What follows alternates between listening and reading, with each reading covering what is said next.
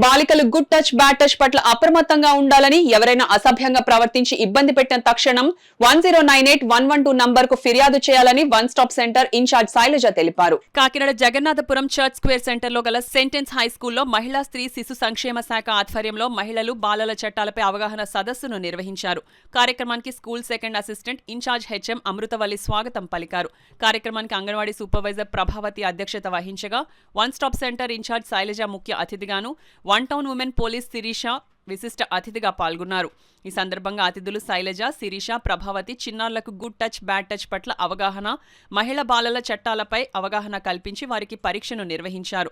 అనంతరం పోటీలలో గెలుపొందిన విజేతలకు అతిథులు బహుమతి ప్రదానం చేశారు. కార్యక్రమం వివరాలను శైలజ, శిరీష, ప్రభావతి మీడియాకు వివరించారు. ఈ కార్యక్రమంలో one town police station blue coat constable Purushottam Nagaraju, ward సచివాలయం మహిళా పోలీసులు పద్మజ, శ్రీలక్ష్మి, నాగసాయి, అంగన్వాడీలు సరోజినీదేవి, పార్వతి, సుబ్బలక్ష్మి, రామలక్ష్మి, దయావతి, పోసి రత్నం, శ్రీనమ్మి, విజయకుమారి, కృష్ణవేణి, దుర్గా, బొజ్జమ్మ పెద్ద సంఖ్యలో చిన్నారులు పాల్గొన్నారు.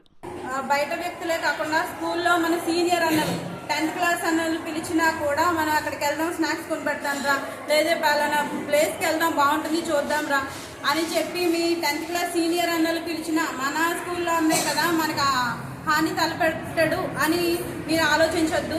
ఎవరిని నమ్మద్దు, అమ్మాయిల్ని నమ్మద్దు, అబ్బాయిల్ని కూడా నమ్మద్దు. మన సీనియర్ అన్నలు 10th క్లాస్ అన్నలు పిలిచినా వెళ్ళొద్దు. మీకు బయట వ్యక్తులు బయట తిరుగుతూ ఉంటారు, గిఫ్ట్స్ ఆఫర్ చేస్తుంటారు, నువ్వు బాగున్నావు అది ఇది అని మిమ్మల్ని ఇంప్రెస్ చేసి, మిమ్మల్ని ప్యాంపరింగ్ చేసి, మిమ్మల్ని బయటికి తీసుకెళ్ళడానికి చూస్తుంటారు. ఎవరి దగ్గరికి కూడా వెళ్ళొద్దు. అర్థమవుతుందా? ఏదైనా ఆపద సమయాల్లో వెంటనే మీరు కాల్ చేయవలసిన నంబరు 112 కాల్ చేసిన వెంటనే మేము వస్తాము. మీ క్షణాల్లో మీ దగ్గర ఉంటాము. అలా భయపడకుండా మాకు చెప్పండి. అలాగే మీ బంధువులు ఎవరైనా మీ ఇంట్లో వాళ్ళు ఇలా మీతో ప్రవర్తించే తీరుని గమనించండి. ఆ తీరుని గమనించి ఇంట్లో వాడికి చెప్పండి. ప్రజెంట్ మీలో మీరే బాధపడుతున్నారు, ఎవరికి చెప్పట్లేదు. అమ్మ మన బాబాయ్ ఇలా చేస్తున్నట్టు నాన్న చెప్తే మన నవ్వుతాడో లేదో అని మీలో మీరే కుమిలిపోతున్నారు. అది ఉండకూడదు. లేదంటే ఈ విషయాన్ని బయటికి చెప్తే పరువు పోతుందేమో.